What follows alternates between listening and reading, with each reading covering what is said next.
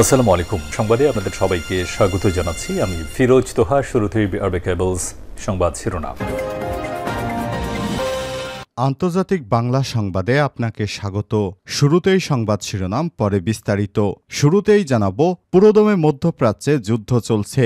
এই মুহূর্তে আমাদের হাতে এসেছে কিছু ভয়ঙ্কর গুরুত্বপূর্ণ আপডেট সংবাদ। পরমাণু অস্ত্র তৈরি আরও কাছাকাছি ইরান। আলহামদুলিল্লাহ, ইরান পরমাণু বোমা তৈরির জন্য প্রয়োজনীয় গুরুত্বপূর্ণ ইউরেনিয়ামের মজুদ ব্যাপকভাবে বাড়িয়েছে, যা দেশটিকে পরমাণু অস্ত্র তৈরির গোড়দোড়ায় নিয়ে আসছে। আন্তর্জাতিক পরমাণু শক্তি সংস্থা এর একটি প্রতিবেদন থেকে সব তথ্য প্রকাশ পায়, যা আন্তর্জাতিক মহলে নতুন উদ্বেগ সৃষ্টি করেছে। খবর আল জাজিরার। এরপর জানাবো, গ্যারাকলে নেতানিয়াহু গ্রেপ্তারি পরোয়ানা জারি। ইসরায়েলের প্রধানমন্ত্রী বেঞ্জামিন নেতানিয়াহুর বিরুদ্ধে গ্রেপ্তারি পরোয়ানা জারি করেছে আন্তর্জাতিক অপরাধ আদালত আইসিসি। আজ আদালতের সূত্রের বরাতে সব তথ্য জানায় ব্রিটিশ সংবাদ মাধ্যম বিবিসি। প্রতিবেদনে বলা হয়েছে, ইসরায়েলের প্রধানমন্ত্রী বেঞ্জামিন নেতানিয়াহু সহ সাবেক প্রতিরক্ষামন্ত্রী ইয়োব গ্যালন্ট এবং হামাস নেতা মোহাম্মদ দেইফের বিরুদ্ধে গ্রেপ্তারি পরোয়ানা জারি করেছে আদালতের বিচারকেরা। তাদের বিরুদ্ধে যুদ্ধ অপরাধের অভিযোগ আনা হয়েছে। এদিকে ইসরায়েলের কাছে অস্ত্র বিক্রি বন্ধের প্রচেষ্টা আটকে দিল মার্কিন সিনেট। ইসরায়েলের কাছে অস্ত্র বিক্রি বন্ধের প্রচেষ্টাকে আটকে দিয়েছে মার্কিন সিনেট। ফিলিস্তিনের অবরুদ্ধ গাজা উপত্যকায় ইসরায়েলের বর্বর আগ্রাসন এবং গণহত্যার প্রতিবাদে কয়েকজন সিনেটেই প্রচেষ্টা চালিয়েছিলেন। এবারে থাকবে, ইউক্রেনের $470 কোটি ঋণ মওকুফ করে দিল বাইডেন প্রশাসন। যুক্তরাষ্ট্রের বিদায়ী প্রেসিডেন্ট জো বাইডেন প্রশাসন ইউক্রেনের প্রায় $470 কোটি ঋণ মওকুফের সিদ্ধান্ত নিয়েছে, যা বাংলাদেশি টাকায় 56,400 কোটি টাকা বা $5.6 বিলিয়ন। এবং সর্বশেষ জানাবো, শিখ নেতা নির্জর হত্যায় জড়ালো স্বয়ং নরেন্দ্র মোদীর নাম। কানাডার শিখ নেতা হরদীপ সিং নির্জর হত্যাকাণ্ডের ঘটনায় এবার ভারতের প্রধানমন্ত্রী নরেন্দ্র মোদী ফেঁসে গেল। নির্জর হত্যা ষড়যন্ত্রের কথা মোদী আগেই জানতেন। কানাডার দ্য গ্লোব অ্যান্ড মেল নামের একটি সংবাদপত্র সরকারি সূত্রের বরাতে সব তথ্য জানিয়েছে। তবে এই খবরকে হাস্যকর বলে উড়িয়ে দিয়েছে নয়াদিল্লি। প্রিয় দর্শক, এতক্ষণ শুনছিলেন সংবাদ শিরোনাম, এবারে বিস্তারিত। তবে তার আগে বন্ধুরা, অনুরোধ থাকবে এই সংবাদটিতে একটি লাইক দিন। এই চ্যানেলে আপনি নতুন হয়ে থাকলে আমাদের সংবাদটি দেখতে দেখতে চ্যানেলটি সাবস্ক্রাইব করে রাখুন। কমেন্ট করে বন্ধুরা আপনার মূল্যবান মতামত জানিয়ে দিন আপনি বিশ্বের কোন দেশ থেকে বা বাংলাদেশের কোন স্থান থেকে আমাদের সংবাদটি দেখছেন এবং শুনছেন। আর বন্ধুরা, গাজা যুদ্ধে আপনি যদি নিরীহ ফিলিস্তিনিদের ভালোবেসে থাকেন, কমেন্টে ইয়েস লিখে বিশ্ববাসীকে জানিয়ে দিন। এবারে বিস্তারিত। পরমাণু অস্ত্র তৈরির আরও কাছাকাছি ইরান।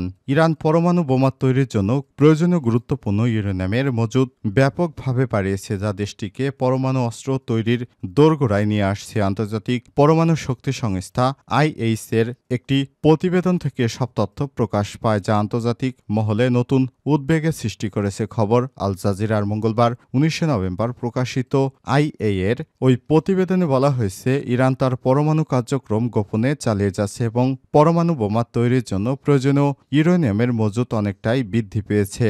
এই তথ্য ইরান এবং ইসরায়েলের মধ্যে চলমান উত্তেজনা আরও বাড়িয়ে দিয়েছে, বিশেষ করে এমন সময় যখন মধ্যপ্রাচ্যে বিভিন্ন রাজনৈতিক সংকট সৃষ্টি হয়েছে। প্রতিবেদনটি তার উল্লেখ করা হয়েছে, ইরান প্রায় 60% বিশুদ্ধ ইউরেনিয়াম মজুত করেছে, যা পরমাণু বোমা তৈরির জন্য খুবই গুরুত্বপূর্ণ। সাধারণ পরমাণু বোমা তৈরি করতে 90% বিশুদ্ধ ইউরেনিয়ামের প্রয়োজন হয় এবং এটি প্রায় 185 কেজি পরিমাণে মজুত থাকতে হয়। বর্তমানে ইরান যে 60% বিশুদ্ধ ইউরেনিয়াম মজুত করেছে তা 2015 সালের পরমাণু চুক্তির শর্তাবলীর চেয়ে 32 গুণ বেশি। এর আগে 2015 সালে ইরান এবং বিশ্বের 6টি বড় দেশ যুক্তরাষ্ট্র, যুক্তরাজ্য, ফ্রান্স, চীন, রাশিয়া এবং জার্মানি একটি চুক্তি করেছিল। সেখানে ইরানকে তার পরমাণু কার্যক্রম সীমিত করার জন্য বাধ্য করা হয়েছিল। তবে 2018 সালে মার্কিন প্রেসিডেন্ট ডোনাল্ড ট্রাম্প এই চুক্তি থেকে বেরিয়ে যাওয়ার পর ইরান গোপনে তার পরমাণু কার্যক্রম বৃদ্ধি করেছে বলে দাবি করেছে আইএইএ। গ্যারাকলে নেতানিয়াহু গ্রেপ্তারি পরোয়ানা জারি। ইসরায়েলের প্রধানমন্ত্রী বেঞ্জামিন নেতানিয়াহুর বিরুদ্ধে গ্রেপ্তারি পরোয়ানা জারি করেছে আন্তর্জাতিক অপরাধ আদালত আইসিসি। বৃহস্পতিবার ২১শে নভেম্বর আদালতের সূত্রের বরাতে সব তথ্য জানায় ব্রিটিশ সংবাদ মাধ্যম বিবিসি। প্রতিবেদনে বলা হয়েছে, ইসরায়েলের প্রধানমন্ত্রী বেঞ্জামিন নেতানিয়াহু সহ সাবেক প্রতিরক্ষামন্ত্রী ইয়োভ গ্যালন্ট এবং হামাস নেতা মোহাম্মদ দেইফের বিরুদ্ধে গ্রেপ্তারি পরোয়ানা জারি করেছে আদালতের বিচারকেরা। তাদের বিরুদ্ধে যুদ্ধাপরাধের অভিযোগ আনা হয়েছে। আদালতের এক বিবৃতিতে বলা হয়েছে, গত মে মাসে গ্রেপ্তারি পরোয়ানা জারির বিরুদ্ধে চ্যালেঞ্জ করে আপিল করে ইসরায়েল। এতে ওই সময় দেশটিতে স্থগিত হয়ে যায়। দীর্ঘ শুনানি শেষে একটি প্রাক বিচারক চেম্বার আদালত নিজস্ব এখতিয়ারে ইসরায়েলের চ্যালেঞ্জ প্রত্যাখ্যান করেছে। এরপর নেতানিয়াহু, ইয়োভ গ্যালন্ট এবং দেইফকে গ্রেপ্তার করে আদালতে হাজিরের নির্দেশ জারি করা হয়। মোহাম্মদ দেইফের বিরুদ্ধে গ্রেপ্তারি পরোয়ানা জারি হলেও তার জীবিত থাকা নিয়ে সন্দেহ রয়েছে, কারণ ইসরায়েলি সামরিক বাহিনী বলছে জুলাই মাসে গাজায় একটি বিমান হামলায় মোহাম্মদ দেইফ নিহত হয়েছে।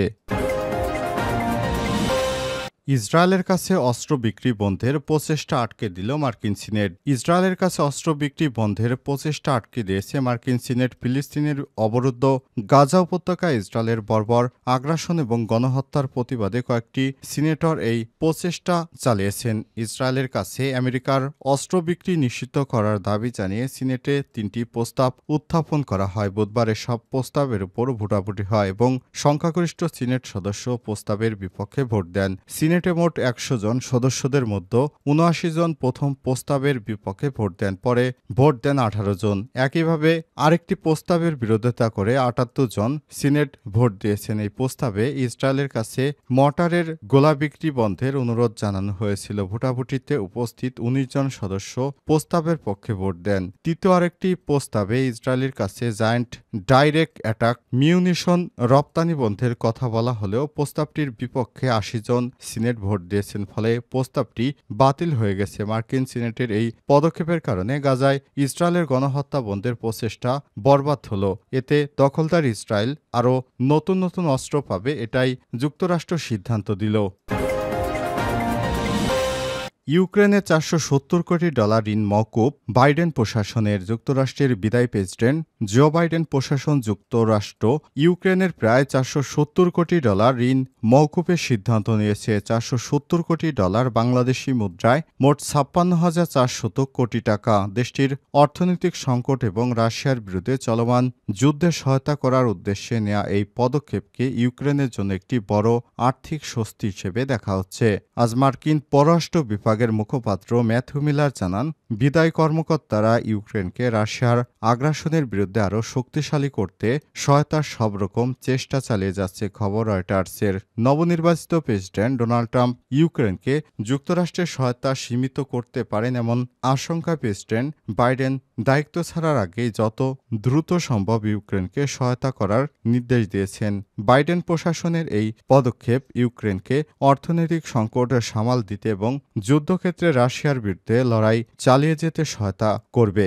ম্যাথিউ বলেন, আমরা আইনি প্রক্রিয়া অনুসরণ করে ঋণ মওকুফ করছি, তবে কংগ্রেস চাইলে এখনও সেই পদক্ষেপে বাধা দিতে পারে। এর আগে গত এপ্রিল মাসে যুক্তরাষ্ট্রের কংগ্রেসে পাশ হওয়া একটি অর্থায়ন বিলে ইউক্রেনের জন্য প্রায় $৯৪০ কোটি মওকুফযোগ্য ঋণ বরাদ্দ করা হয়। ২০২২ সালের ফেব্রুয়ারিতে ইউক্রেন রাশিয়ার আক্রমণের পর যুক্তরাষ্ট্র ইউক্রেনকে সহায়তা করছে $৬,০০০ কোটি বরাদ্দ দেয়। এর মধ্যে সামরিক, অর্থনৈতিক এবং মানবিক সহায়তা অন্তর্ভুক্ত ছিল। এদিকে যুক্তরাষ্ট্রের কংগ্রেসে এই ঋণ মওকুফের প্রস্তাব নিয়ে বিতর্ক চলছে।